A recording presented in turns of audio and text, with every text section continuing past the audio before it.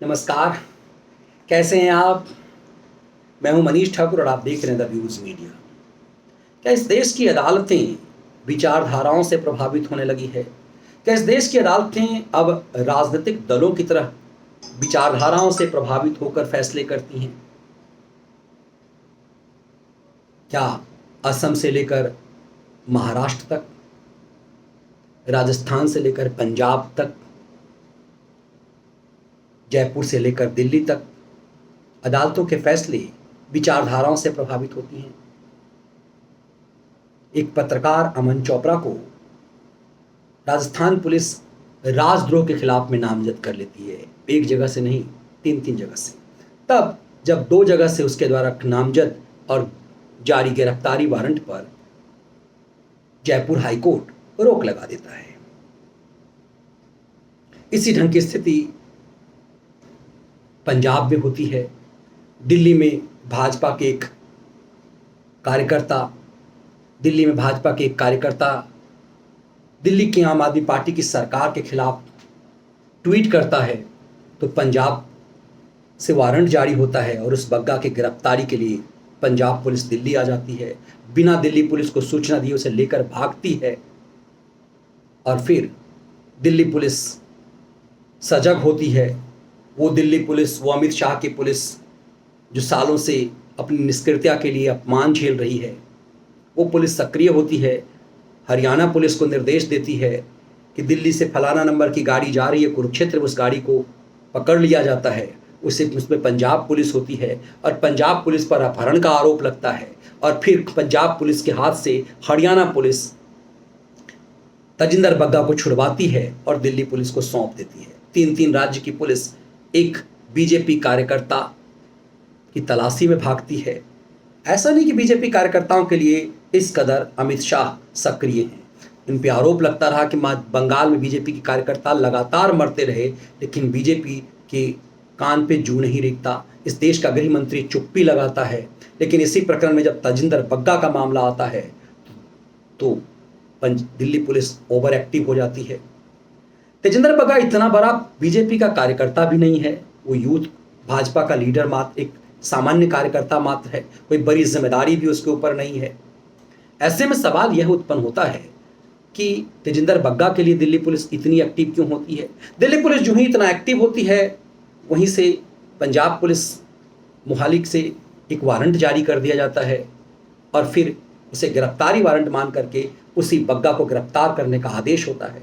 बग्गा की गिरफ्तारी का आदेश निचली अदालत से आता है तो दिल्ली की हाई कोर्ट उस पर स्टे कर देती है, रोक लगा देती है, 10 तारीख तक के लिए राहत दे देती है। ठीक उसी ढंग से राजस्थान की कोर्ट एक पत्रकार के ऊपर राजद्रोह का मुकदमा दर्ज कर देती है तो उस पर राजस्थान हाईकोर्ट स्टे कर देती है।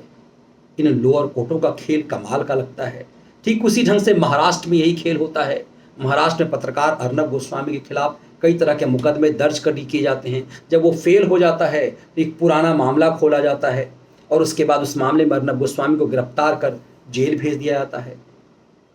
एक पखवाड़े तक जेल में उन्हें सराहने के बाद, उन्हें अपमानित करने के बाद उन्हें छोड़ा जाता है।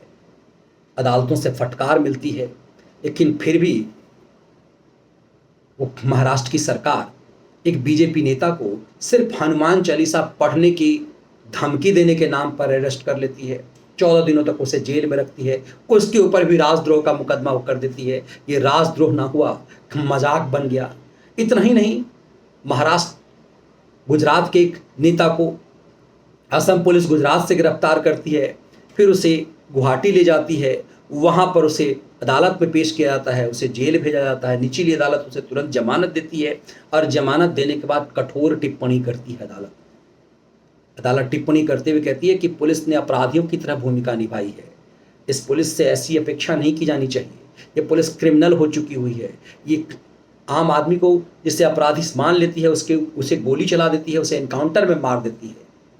कई तरह के अपमानजनक टिप्पणी असम की उस लोअर कोर्ट के द्वारा होता है और फिर जब असम पुलिस हाई कोर्ट पहुंचती है कि इन टिप्पणियों को हटाओ, तो हाई कोर्ट कहती है कि इस कोर्ट ने हद पार कर दिया।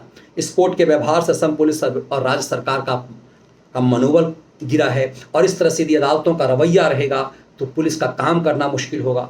कोर्ट ने हद पार कर दी है।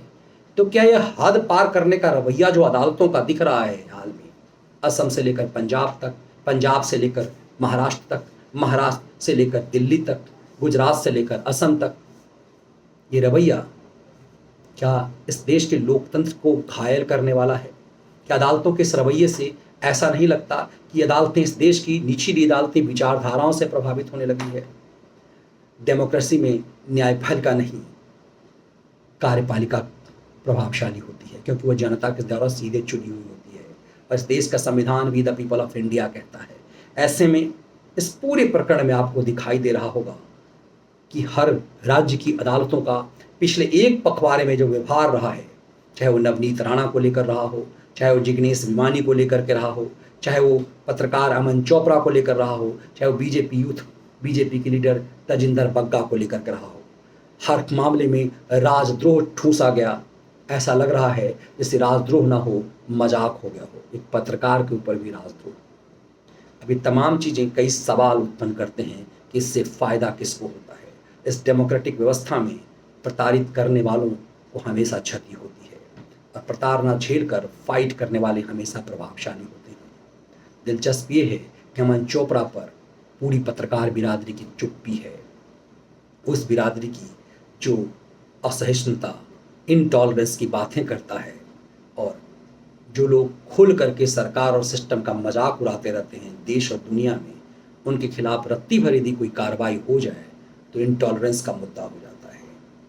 लेकिन अमन चोपड़ा पर ये चुप्पी दिखाती है कि राष्ट्रवाद का आवरण ओढ़े हुए संपादकों की भी चुप्पी किस तरह की है। ये विश्लेषण कैसा लगा जरूर साझा कीजिएगा। बहुत बहुत धन्यवाद।